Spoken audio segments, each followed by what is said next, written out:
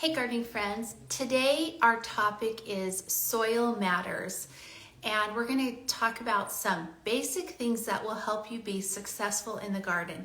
If you're going to go to the trouble, let's learn a little bit about soil and you will be so successful and you'll be so glad you did. So, healthy soil has good bacteria and fungi in the soil.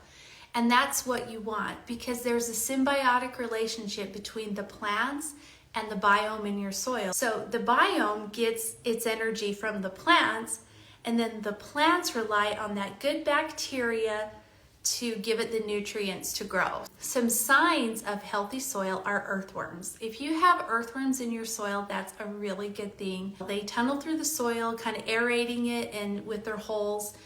They poop in the soil, which gives out lots of good bacteria. So you want to create the kind of soil that earthworms like, because if you have that good soil, the earthworms will be there. Let's talk about like the dirt that gets on your hands and clothes when you're out working in the garden. That's just dirt. There's no organic or living matter in the dirt. It doesn't have like any of that great compost type, earthworm type environment. So we want there to be like 3 important things in your soil: clay, silt, and sand. This is a soil test that I'm doing. This is a simple do-it-yourself at-home soil test so you can kind of see what your soil is made out of. What you do is you take a jar and you add about 1/3 of the jar with soil from your garden area, and then you add water and you shake it up, and then you just let it sit for like anywhere from 6 to 8 hours to a day. Now this one, as you can see, it's separating, but you'll notice that the clay layer is kind of right here. I can see it settling. It takes longer to settle, and then the sand is settling at the bottom. And then I've got lots of little kind of floaties up here still on top. You want to have a combination of all 3 of those: the sand, the clay, and the silt. If you have all clay or all sand, then you're going to want to amend your soil. So the first thing is figure out what kind of soil you have. So if you have clay soil, it's heavy and it's hard. It's soil that's hard to work. It's hard to shovel and to plant. And so you want to add organic material, which is your compost, and you want to mix that in and work that into your soil. If you are not sure where to get compost, look at some of the cities or counties will have like a composting center where you can actually purchase compost from. So that's a good place to start. Maybe you have a neighbor that has cows and you can get some manure. You can also add the organic material from your yard, your grass clippings, your leaves, all that good compost, and then work that into the soil. So that's going to be your number 1 most important thing. Now let's talk about if you have silt, heavy silt, and think of silt as like the bottom of riverbeds have a lot of silt, or the area near where the river has been running. Same plan as you add compost. Okay, so it's really easy to treat that.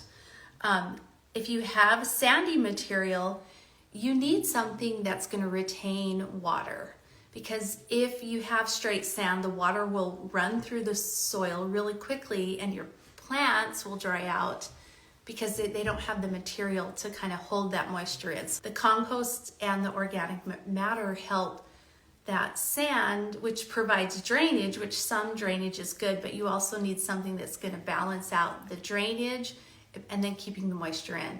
So really, no matter what kind of soil you have, you want to add compost. So how to protect your soil over winter. This is really important, and it has helped our gardens immensely over the years. We have layered like 1 foot of leaves in the fall on top of our garden beds, and those leaves just break down and just kind of add a lot of organic matter. We've also used grass clippings to kind of mulch around to help with weed control, and those grass clippings can break down in the soil. But in the winter time, especially if you live somewhere where you have a substantial winter, it kind of protects the soil that's there, and then it adds all that nutrition to it. Another way that you can really help protect your soil is to mulch around your plants, and that keeps your soil moist. I wouldn't get the colored or treated wood chips, but just the natural ones. They also can slowly break down and add nutrition to your soil. Once you've worked on making your soil healthy by adding compost, you're going to want to maintain that over winter and by mulching throughout the year.